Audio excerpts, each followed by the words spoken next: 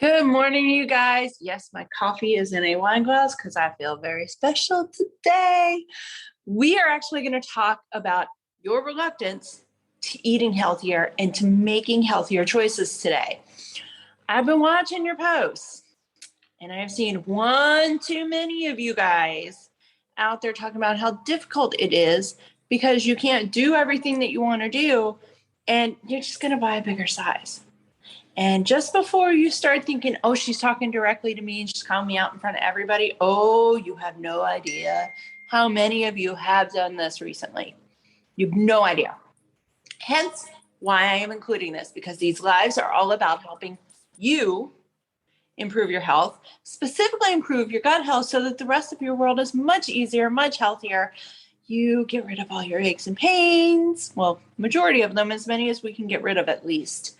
And effectively, we help you feel better, healthier, more energized, and stop dealing with so much crap. So let's chat, shall we? Let's chat about this reluctance to healthier living. I get something up on my screen. There we go. All right. Big, huge old announcement right in the middle of the screen. All right, so there's actually a few scientific reasons, biochemical reasons why this is happening. So I got a question for you. You heard the topic, you know what we're going to talk about today. So let's say you started a program or just real simple, you decide, well, you're just going to make a couple of healthier choices. You're not going to get too deep into it. You're not going to make a full commitment. You're just going to one or two. That's it, right?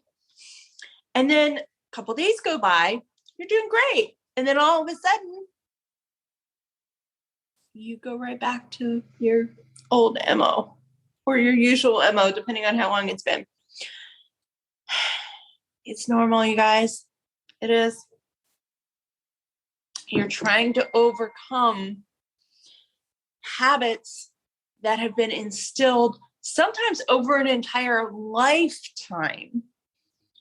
And this can create a reluctance. There's a little bit more to it than that. So we're going to get into it today. And then I've got 5 things for you at the end. So stick with me because I got 5 things that are going to help you overcome this. They're going to help you stop doing this to yourself.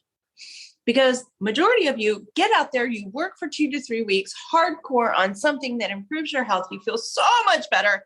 And then within a week, you're back where you were because of all these other things that are happening. My hope is that this will educate you to be mindful and to understand where your triggers are and understand what's happening, even though your brain is trying to lie to you, because our brain is a little liar, likes to trick us. It's not fair, but it does. And it's really good at it. So for those of you who are new here, hi. How you doing? My name is Bonnie. I'm a holistic nutritionist, and I help women go from exhausted and struggling to thriving and surviving, not just minimally so. We're talking over the top. You've got energy. You're sleeping better. You're feeling better. You feel like you can actually deal with your life. You're no longer in pain, and you're pooping normally. Key factor in thriving in this world. All right. I want to help you live a life where you're energized, but you're free from the things that ail you, if that makes any sense. An unhealthy gut leads to chronic inflammation. Chronic inflammation leads to autoimmune disorder, chronic illness, all the food sensitivities in the world, body aches, headaches, all the crap. And my goal is to help you get rid of said crap and start just living life. All right. So today, let's talk about that reluctance. Get comfy because it's going to get real. All right. Obviously, this is a pain point for me. It is something that drives me crazy about myself is when life gets rough, my brain wants to go back to where it was before I lost my weight in 2003. I lost 100 pounds, you guys, but my brain wants to take me back to that, to the person I was before that, the one that thought that eating dinner at 9:30 at night and having a few beers, maybe a shot or two, along with big old burger and French fries was healthy. No. And a bagel for breakfast wasn't any healthier. Just saying. All right. So what's happening? Why is our brain doing this thing where we know we need to be healthy? We know we want to be healthy, but we're trying to make these habit changes and it just feels like a brick wall or a mountain you just can't get over. Why is that? Let's go over this. All right. First and foremost, your taste buds start to rebel. So you've got all the taste buds on your tongue, right? Your sugar, your salt, your umami, your bitter, your sour, right? If you have paid any attention to nutrition and diet and health in the world, you know sugar puts you on a roller coaster, right? It's a carbohydrate roller coaster. You eat sugar and your carb spikes, right? And then it plummets. So now you've got spike, plummet. But when you eat it again, spike higher, plummet harder, right? The roller coaster. And it's one that is very difficult to get off. Salt is no different. Savory, no different. Sugar is basically the evil of the world right now. There's always one. I think like 5 or 6 years ago, it was avocado. I don't know why. I don't know. Avocado is not horrible for you. I mean, it's like anything else. If you overeat something, it doesn't matter how healthy the food is. If you overeat it, it's not healthy any longer. So you want variety.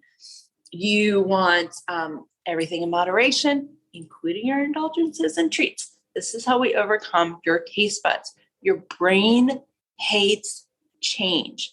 Your subconscious hates change. And this world is full of change.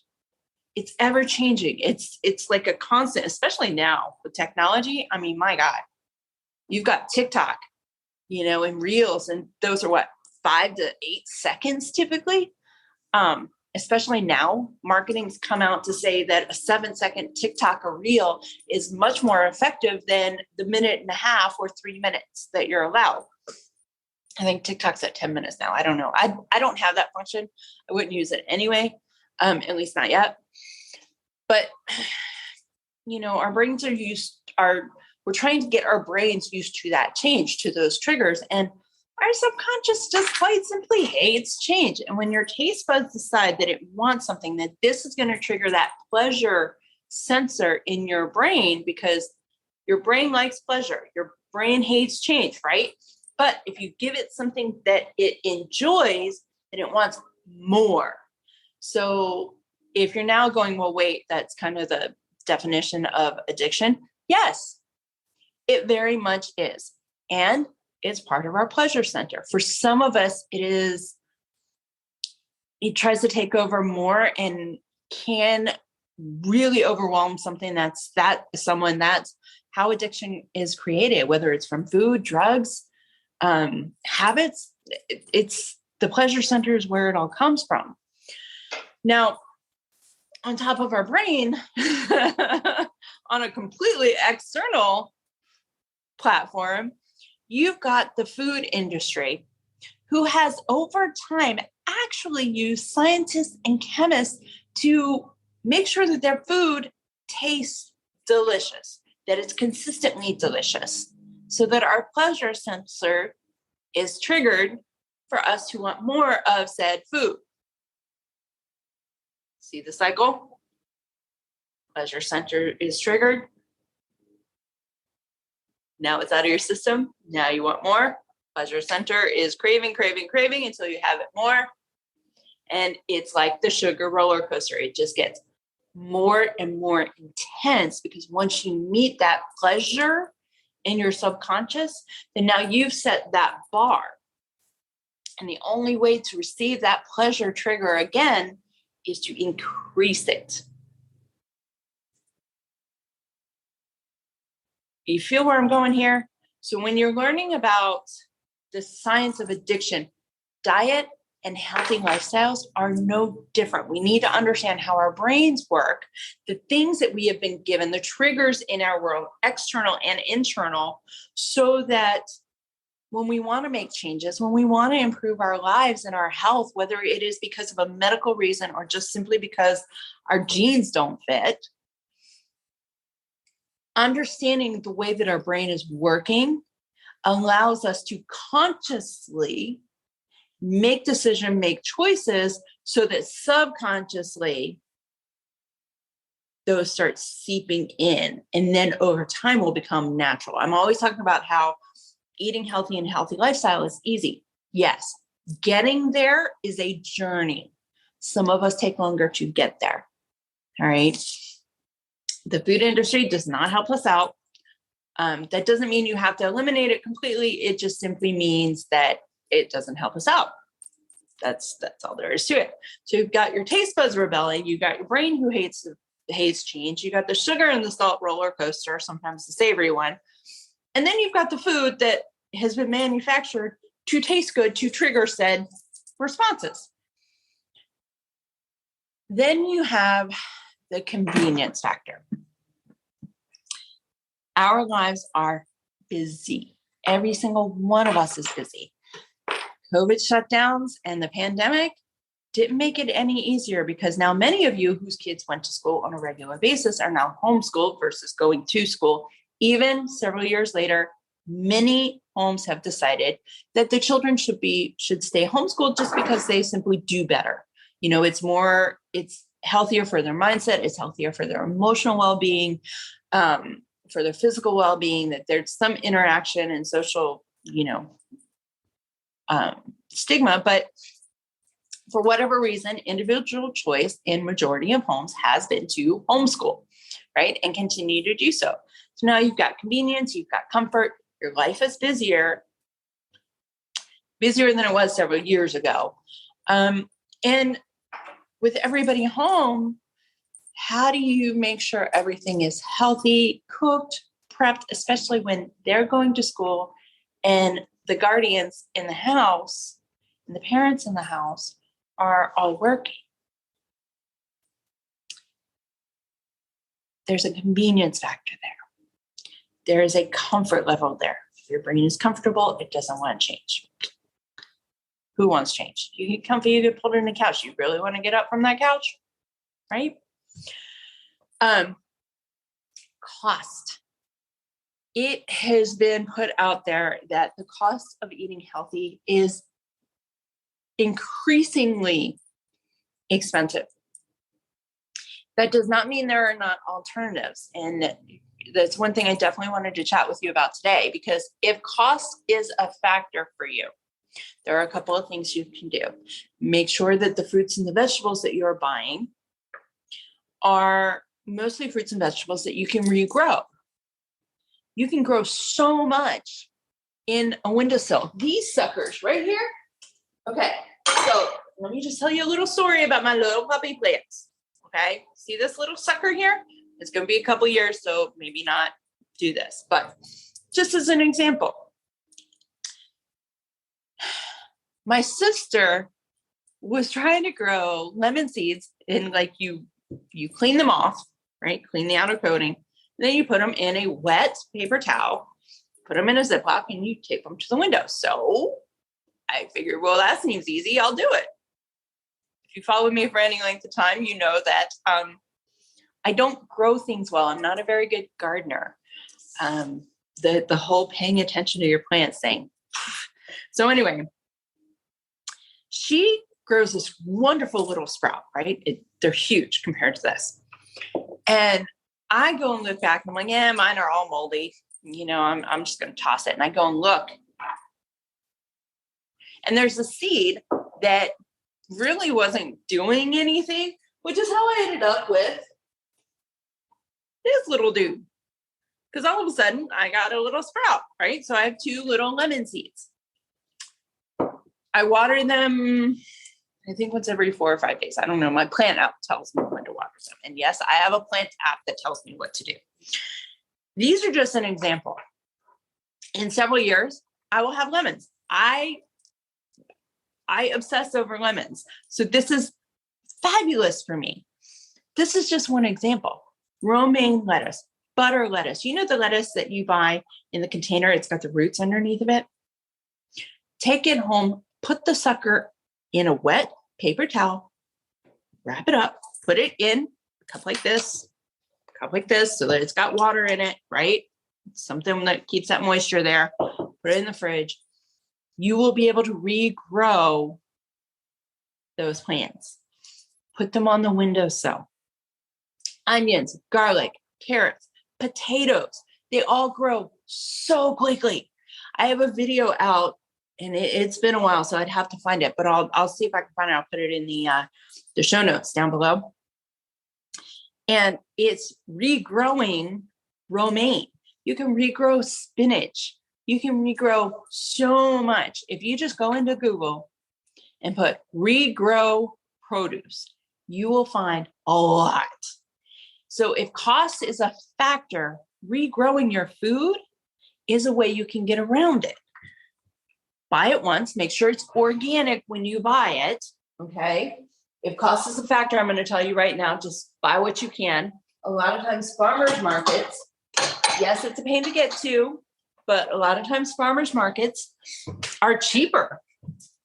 They're simply cheaper. And we're supposed to eat 80% of our diet should be plant-based. That's really the healthiest way. You're going to get all your micronutrients. You're going to get all the minerals, all the everything. You get it all in one.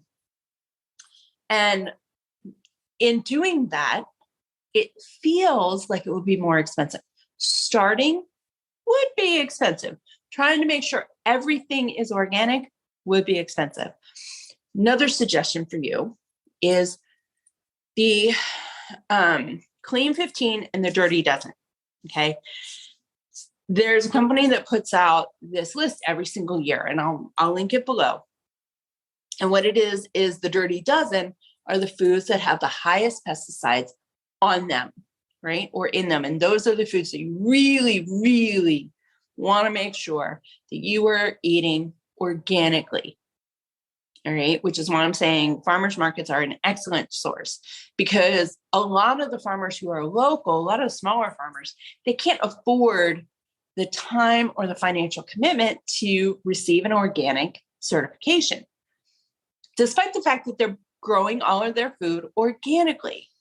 Hydroponic farms are another area of growth that you can actually save some money on the produce that you're buying. So just look around your neighborhood, see what's there. Even if you're in the city gardens are popping up left and right. It's tremendous. And communities are coming together to grow produce. If you are one of these communities, please share some insight, because this is something that will not only save you costs, but it's going to save you time, because over time, you're growing the bulk of your produce, right, from scraps, then you're not taking the time to go shop for those. The other things can be bought, but that shrinks your shopping time. And time is another factor that creates a reluctance. When it's taking too much time, and any habit when you're switching, obviously you're going to have to take time to learn a new habit, to learn things that, and the elements and the components that help you succeed and be successful in that habit. Your health and healthy improve, like gut and overall health improvement, no different. But if you can save time using these little tiny things, regrow your produce, shop at farmers markets so that you can regrow produce, it saves you a lot of time. So outside of all of that, deprivation. This is a big one. People think that just because you have a healthy lifestyle, you are going to be deprived, right? That's not necessarily the case. You have to find balance. You have to figure out which things in your life, which elements of your life, which elements of your diet are you not willing to give up, your non-negotiables, all right? Figure out if those non-negotiables, if there's a way to make them healthier or make them more of an occasional treat. If you don't eat things frequently, it actually will stop diffusing your pleasure centers when you do eat them. So your favorite foods really become your favorite foods. I mean, they just blast you with flavor. Okay. Deprivation is basically just a fear. It's a fear element. It's a fear of change. It's your brain trying to give you an excuse to not make changes because it wants to be where it's at. It wants to be comfortable. Okay. Don't let her do that. Take the conscious effort. Look at your non-negotiables. Look at the things that you are not getting rid of. Figure out if there's a way to make them a little healthier or a lot healthier, preferably, and still include them in your life. There's going to be things that's not going to happen for, but that doesn't mean you can't occasionally indulge. All right. And the last two I'm combining together. The feeling of being overwhelmed because there's so much information coming at you. And there's so much information out there. You don't know what's true. You don't know what's false. You don't know which end is up. You don't know if this is going to work or that's going to work. And that triggers confusion, right? So you're overwhelmed, you're confused. Your brain doesn't want to make any changes. Your taste buds wants the sugar and the salt. And there's a budget reason. Let's clear the cobwebs. Before you get all wrapped up in any specific diet plan, any specific thing, take three things that you want to do. Okay. Start those three things. And over the next couple of weeks, just do those three things. After you reach that point where it feels like it's subconscious now and your brain's just automatically doing that, like lemon ginger water first thing in the morning, making sure you're hydrated, making sure you're having, 2 cups of vegetables a day. Technically, you're supposed to have 3, but if you're not eating them anyway, 2 cups is an improvement, significantly so. So do things like that. Keep it simple, keep it realistic, and keep it in a way, or keep it so that your brain doesn't feel overwhelmed on a busy day. Okay. We're trying to eliminate the overwhelm. We're trying to eliminate all of these excuses. The number one job of your fitness trainer and your health coach is to eliminate your excuses with truth, with realistic truths. All right. You can do the same exact thing. All right. So when you ignore all of this and you have a reluctance to health and you go to get healthier choice or make healthier choices, you start and then you come back and then you start and then you come back, creates that yo-yo effect. So all that pain, all that constipation, the food sensitivities, the intolerances, everything gets progressively worse. It doesn't improve. So it improves for a couple of days and then it gets worse. And then it improves and then it gets worse. You're slowly making it in a more unhealthy internal ecosystem. So you want to do things that you can actually stick with, even if they feel like they are baby steps. Like we're talking way back in the baby step process, right? Mini little centimeter steps or millimeter. There we go. Millimeter, little millipede. If you're starting there, you're starting there. You're still starting. Your goal is to achieve balanced gut health. It's to balance out the microflora and the microbiota within your gut so that the rest of your body can be healthier. Those micro millipede steps can do so much, you guys. Take the time to figure out what 3 millipede, I keep wanting to say millimeter, what 3 millipede steps you want to take over the next couple of weeks. Right now, I'm actually in the process of, I think this is day 11 for my 100 days of Heal Your Gut in 100 days. So if you're on Instagram, if you're on TikTok, or on Facebook, look at the reels, look at my TikToks. There's suggestions in there if you really need suggestions, or DM me, post a comment here. I'll answer. I've stopped answering while I'm talking just because that leads to a really convoluted discussion.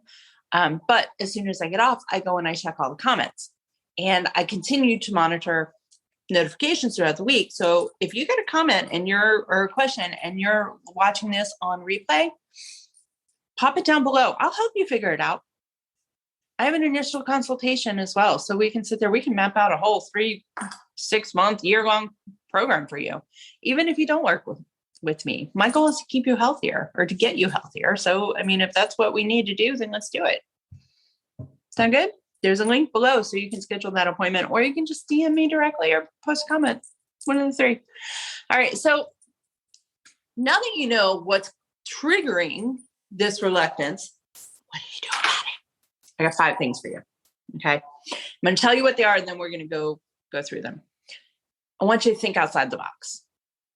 Stop thinking with what commonplace has been. Stop thinking with the brain that you have had your whole life. We're going to think outside the box. Pick 3 things you can do consistently that are easy, that are helpful, that are realistic. That's a big one because I keep mentioning it. Eliminate all of your excuses. Figure out how to eliminate all of your excuses. Start trying foods. Don't care what they are. If you haven't had them before, if you had them many years ago and you didn't like them, try them again. The fact that you're trying variety signals abundance in your brain. And be sure to trigger your pleasure sensors every single day. All right, so let's back up just a little bit. Let's talk about this think outside the box.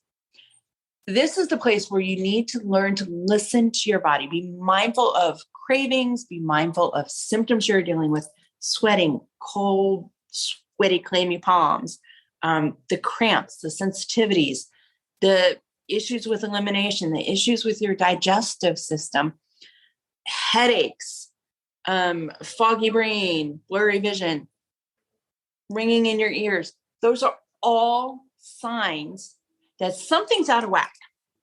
So if you learn to listen to your body and you start understanding what your subconscious is telling you, then you can overcome all of this, because when you feel that mindfully and consciously, not back here in your subconscious, consciously, you are able to go, wait, that's what this means. Okay. Journal it, keep track of it. That's why we have food logs and diet logs and symptom logs, so that you can identify connections, okay, and patterns. Once you understand patterns, you understand what your body's trying to say. Now, the 3 things, we talked about that. Make them consistent, make them easy, make them helpful to you, and make them millipede steps, all right? Eliminate your excuses. So we talked about cost. Sugar. If sugar or salt are problems, so with sugar, it's quite easy. Okay. And yeah, I know you're going to look at me and go, yeah, right.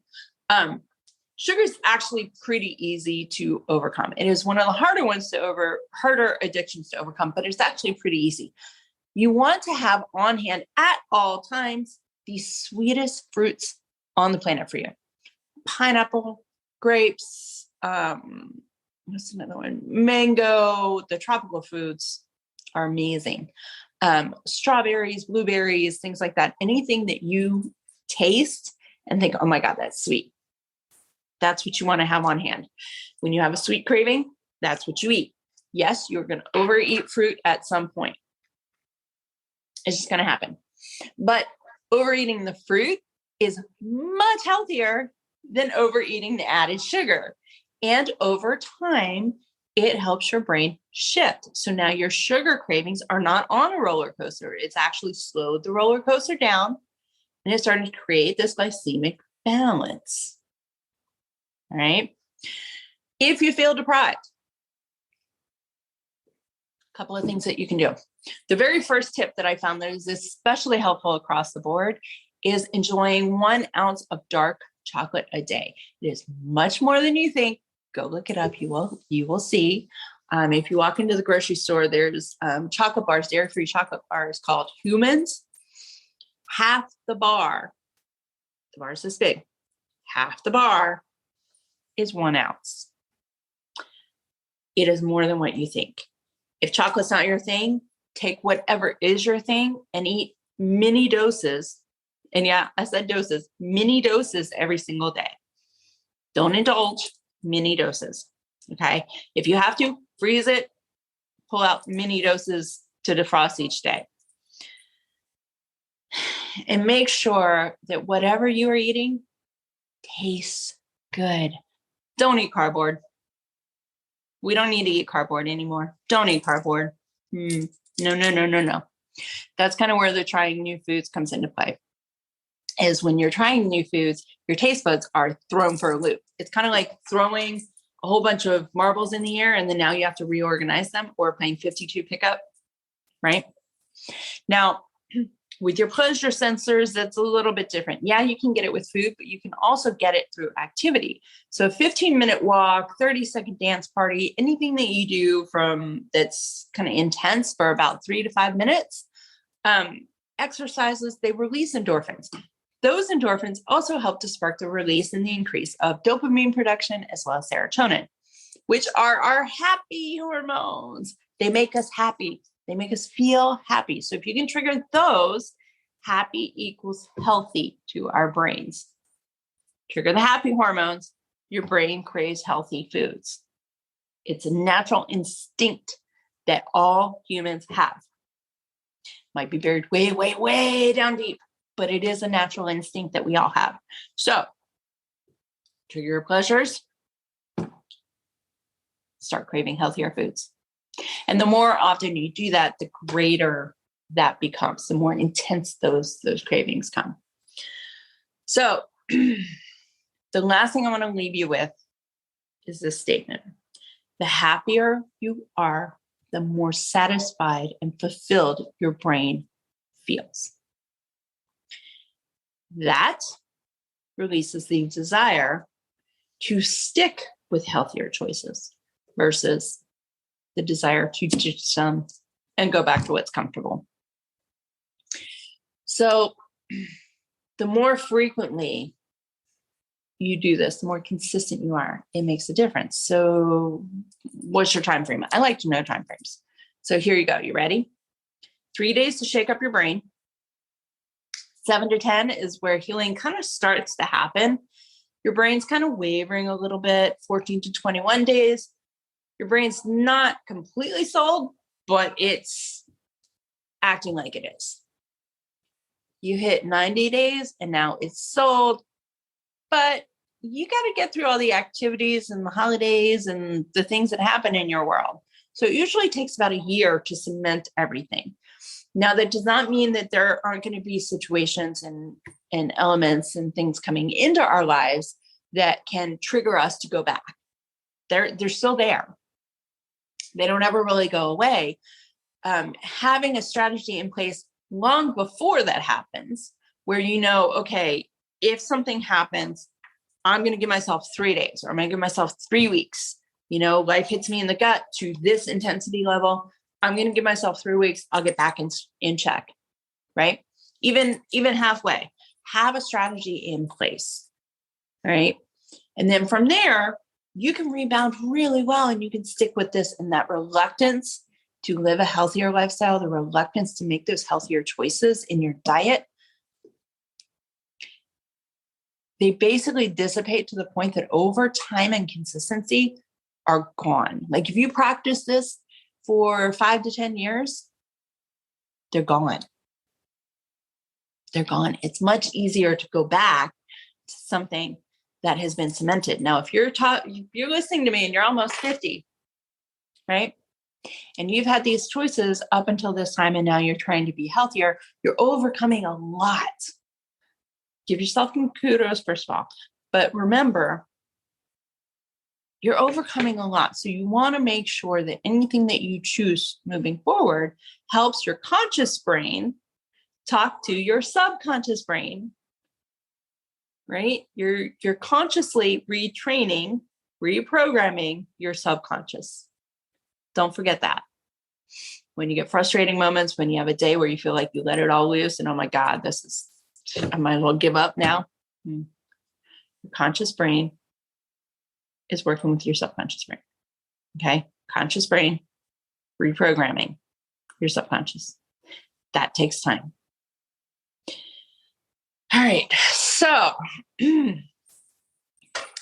that's everything I have for you today. I am hoping that you guys got a lot out of this. I would love to hear what you did get out of it.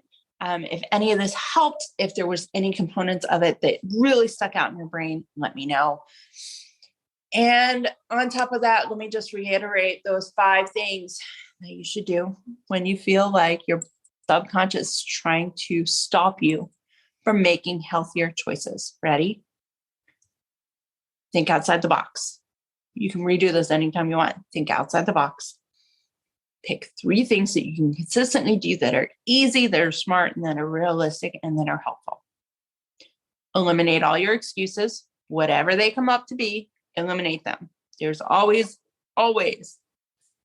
an action, reaction, a trigger, a response. Good and bad. Try all the new foods. Try all of them. Try the old foods that you used to hate. Try the foods that you hated last week. I don't care. Try new foods. Throw some wonky ones in there just for shits and giggles. And trigger your pleasure sensors every day. All right, guys, breathe. Go enjoy your day. Enjoy your week. Trigger those pleasure sensors. I promise that one thing will make your life so much happier. I promise. All right. Cheers. I'll chat with y'all next week. Bye, guys.